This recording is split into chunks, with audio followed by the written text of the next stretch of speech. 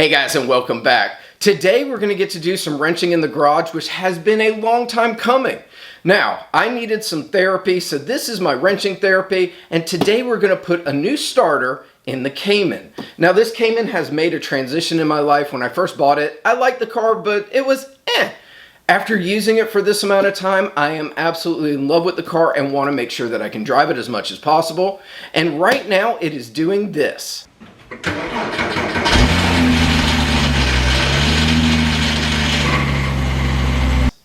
That's right, the starter is engaging but not disengaging, and that grinding sound is driving me crazy. Plus, I don't want any issues from that, so I went ahead and bought an OEM Bosch starter so that I hopefully don't have to do this again.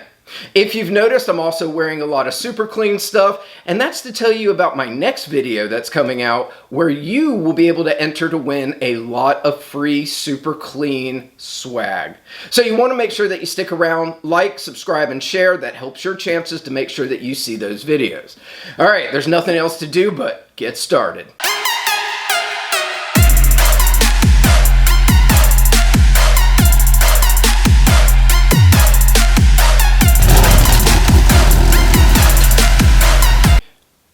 Remember, the very first thing that we're going to do is disconnect the battery. So we need to make sure that the hood is popped as well as the back trunk. So we're going to do that right now. Remember, do this first, because if you take the battery off, this electronic stuff doesn't work. Do that now. Okay, good. Well, the first thing that we have to do to replace the starter is obviously open the hood and realize that the engine is in the mid. So we have to undo the battery. So the first thing that we do, just twist on these little screws, pull those up. This lifts up and you can see there's hinges here. And then this piece just removes that easily. Now we have access to our battery, and what we want to do is take off the lead to the negative. So let's find out what size that is. Oh, God. Hopefully I have the right size. That is not it. Because it's never an 11 millimeter. I don't know why I grabbed that one first. Oh, look at that. A 10. Amazing. It's always the 10. Righty tighty. Lefty loosey.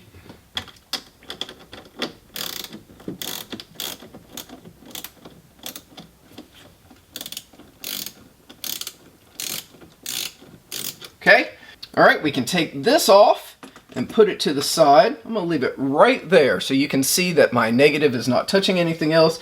It's right against the plastic, so that is good. That means that we no longer have any power to this car, which is a good thing when you're working on the starter because it gets that full amperage. So now we can go to the back, open the rear, what used to be, I guess, a trunk, and figure out what we have to do there. Yeah. So first step, make sure that you pop the hood and the trunk. Second step, disconnect the battery. Third step, open your trunk and you get to see the engine. Not quite. Now we have to find the engine. Let's do that. So you can see we get to go all in the trunk area here. And the first thing we got to do is remove this cargo net because, well, that's going to get in our way because those hooks stay there. So luckily this is pretty easy to remove. Take that out first. We'll throw that in the back. Next, we can take our handy dandy little pry tool here, this little thing, and we're just gonna see if we can put that in here and pry up.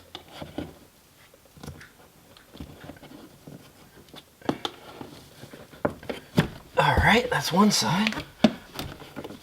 And that's the other side. You can see those little clips hold that in. Then we can somehow, I will warn you, this little piece is quite heavy just because of all of the foam on the back. So to remove this cover, there are 5 T30 bolts. There's one here, one there, one there, and there. So 5 bolts. Let's just start taking these off.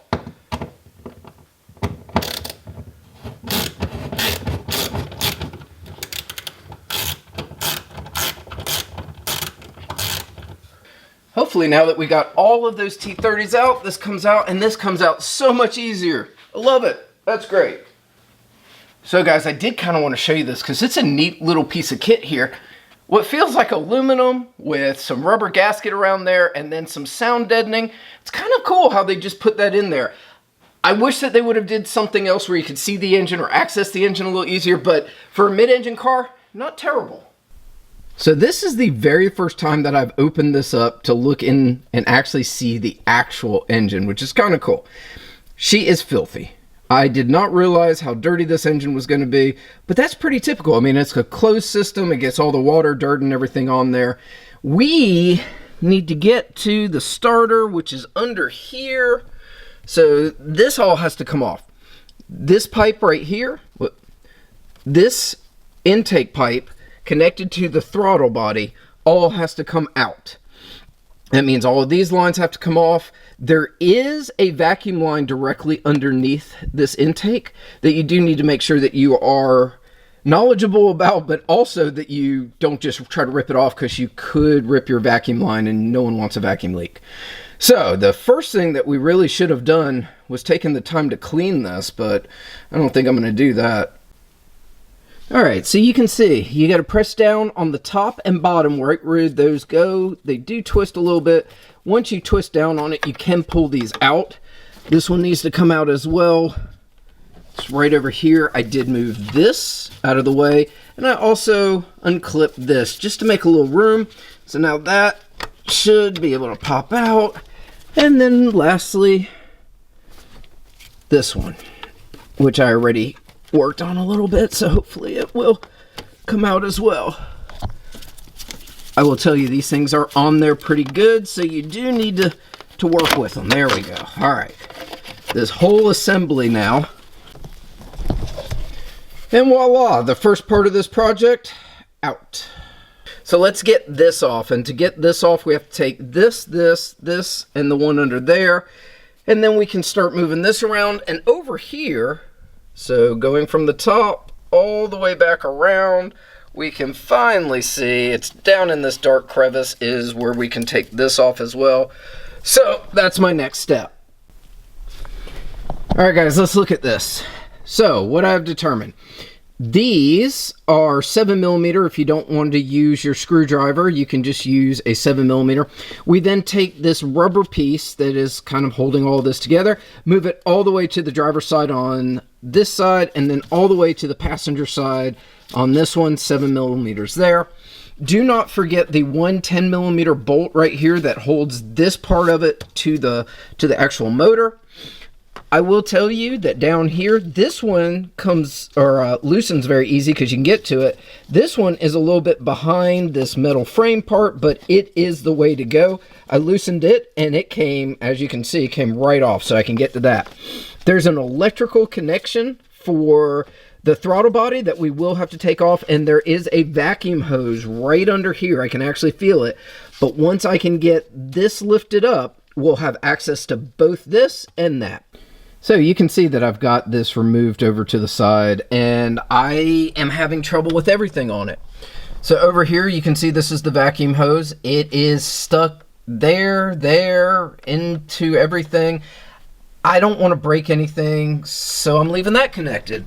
Over here, we've got some hose that's connected to the intake right after the throttle body.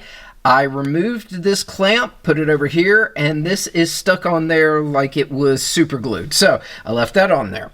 And then lastly is the connection for the throttle body, which I squeezed on both tabs on both sides and tried to pull off. I couldn't get it. So I have this idea. I'm going to leave it over to the side. We can now get access to our starter. But for right now, what we're going to do is remove the power and the ground to the starter, and they're right there. I believe that is a 13mm and a 10mm, so we can just remove those two. And then that's where it comes into the fun, more fun, right? There's a bolt here, and that is a unique bolt. Go out and buy this, which is a E14 ratchet wrench, and this allowed me to be able to get into this side and be able to turn it, because with the socket it sticks out so far that this tube was in the way. So if you're going to buy the E14, I would suggest just buying the wrench, which I will link in the description below, so make sure that you look for that. Now that we've got this out, we should be able to pop the starter out, put the new starter in, and reverse the process. Over here, you'll notice that there's nothing here. That is where the air oil separator goes, and I have removed it, seeing that I was in here at this time. It made it super easy just to get that out. But remember, the main reason we're here is to get the starter out, so let's pop that out and pop the new one in. Well, check this out. My starter is in, I've bolted it in, and I've also connected all the wiring to it. So now it's just a reversal of the process to get all of this junk back in there. Alright guys, I want to make sure that you have everything that you need, and this is worth its weight in gold. This is an E14. You can see that it's got the star head on it. This will get your starter off. I originally tried that with the socket. This did not work for me. It only did one side and I couldn't get the other. You will need a T30, which isn't anything too crazy, but you will need one of these. Other than that, it's just standard sockets and wrenches. Having a long extension was something that was very helpful with this, so you might want to just make sure that you can put some extensions together. But other than that, that's the main thing that you're going to need, and I will link that in the description. You can see that we now have an engine bay all together, and we're going to get to try to start this and see how everything goes now. Alright guys, this is moment of truth. I'm going to go in there and try to start this thing up. Hopefully it sounds good starting. I've never started it without the cover on it, so I don't know how noisy it's going to be. But let's go ahead and see if we hear that grinding sound anymore.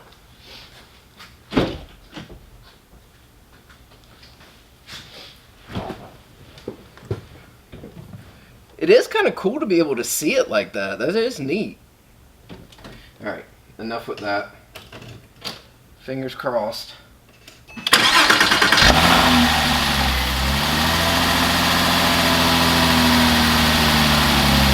Hey guys, I've spent so much time in this rear hatch that I only thought it was fitting that I did my outro in it. Everything is buttoned up. It works great. There was no grinding on the startup, so that made me super happy. I will say that when I put the battery back on, it did say that there was a PSM error or failure. That's okay. As soon as you go out and drive it, that should go away. So hopefully once I get this all buttoned up, I'll take it out and it'll be fine. But overall, this project is super easy to do, very fiddly, especially with this upper intake tube. It really does have such tight tolerances that it makes it super difficult to get on and off. Other than that, everything was fairly straightforward. All tools that you will need to get this job done are in the link below. Make sure you like, subscribe, and share. We'll catch you next time. Oh, don't forget, there's some super clean giveaways coming very soon.